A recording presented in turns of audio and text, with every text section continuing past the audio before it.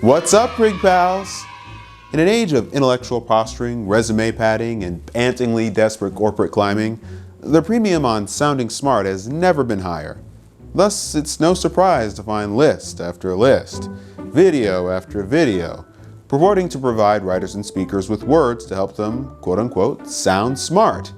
And to be honest, who wouldn't devour those lists with gusto? I mean, think about it. Use these words, and your humdrum observations will scintillate with all the learning that you may, or may not, actually possess. In general, I don't think there's anything wrong with the words on those lists.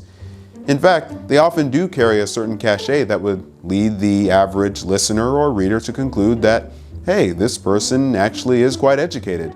But the problem is intelligence and education are not the same thing. And I say that as a recovering sesquipedalian myself.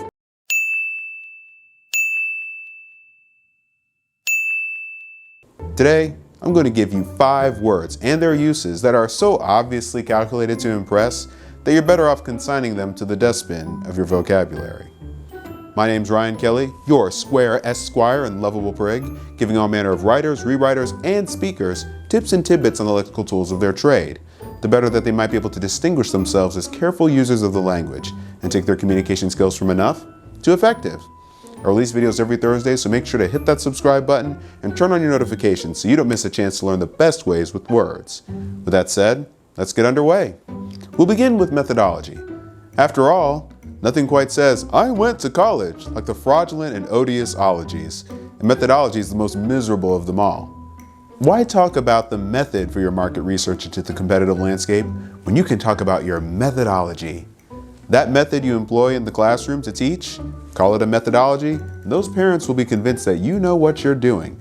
I ask you, what does it profit a person to gain 3 syllables and sound like a pompous pretender? Nothing. And by the way, that's true even if you gain 4 syllables. And I'm looking at you, terminology. Our next word is dimension. Apparently the words aspect and factor were too homely for us, so instead we decided to press the prestigious field of physics into the service of our folly. Is there a new feature to add to your thingamabob? Talk about how it gives an added dimension of use. Bonus points if you can say added functionality instead of use, because ooh. Proposing a new department for your company? Explain how it adds an added dimension to the company's services that were once outsourced to an outside vendor.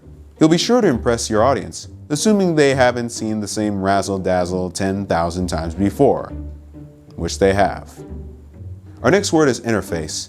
It'd be well if this word were left to the computer scientists and the software engineers who know it best. Then again, I suppose it couldn't be helped if, as soon as it was introduced, the word was seized upon by the layperson who was enamored of its up-to-the-minute and newfangled sound. The thing is, I'm actually old enough to remember when the words talk to and speak with were actually sufficient. But now, potential employees will have the chance to interface with real clients. Sales associates will interface with prospects, and customs officials may be forced to interface with harried and hurried travelers. A safe rule to follow is this: if there's no screens or buttons involved, interface is a little in your face. Our next word is neurotic. Psychiatry and its adjacent fields are a copious trove for plunder by the intellectual pretenders, and neurotic is but one of many technical terms debased into common, everyday use. Have a prickly boss who's hard to please? Call him neurotic. Worried about workers taking that policy too far? Tell them they needn't be neurotic about its application. Properly, according to Merriam-Webster's Medical Dictionary, neurosis is no mere synonym for derangement or anal retentiveness. It actually refers to a real mental and emotional disorder, usually accompanied by visceral symptoms, phobias, and anxieties. Thus, this perversion is doubly pernicious in the harm it does to common decency as well as to the language, in that it perpetuates the stigma against mental illness. So be a good citizen. Don't use it that way. Our last word is ecosystem. And to be fair, I don't usually see this one as often as the others, but like a weed, I have a feeling it's not going away. And so, not that anyone asked, I'm going to arrest its growth before it's too late. You see, when used to suggest the natural surroundings in which flora and fauna can flourish, reason is preserved and the image suggested is apt.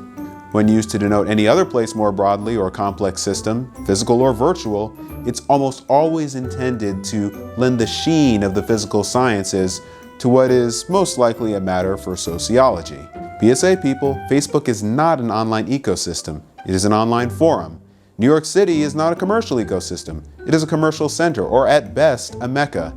I know that all language is metaphor and that some extensions are actually useful. I mean, the word craze originally meant to break or shatter some physical object into pieces before it migrated to the meaning of impairing the senses and to cause insanity. But the wheels were already starting to come off the wagon when the word environment left its own ecological origins. Now that the word ecosystem is wandering off as well, the images being suggested have become absolutely preposterous. Hey, that's just how I feel, Prig Pals, and you don't have to feel the same way, but I do care what you think. So, show your lovable prig some love and leave a comment below about whether you believe there are any words to this list, this index expurgatoris that you would add, or words that you would remove. Am I totally off base about this? And I'll see you next time. And remember, propriety is always in.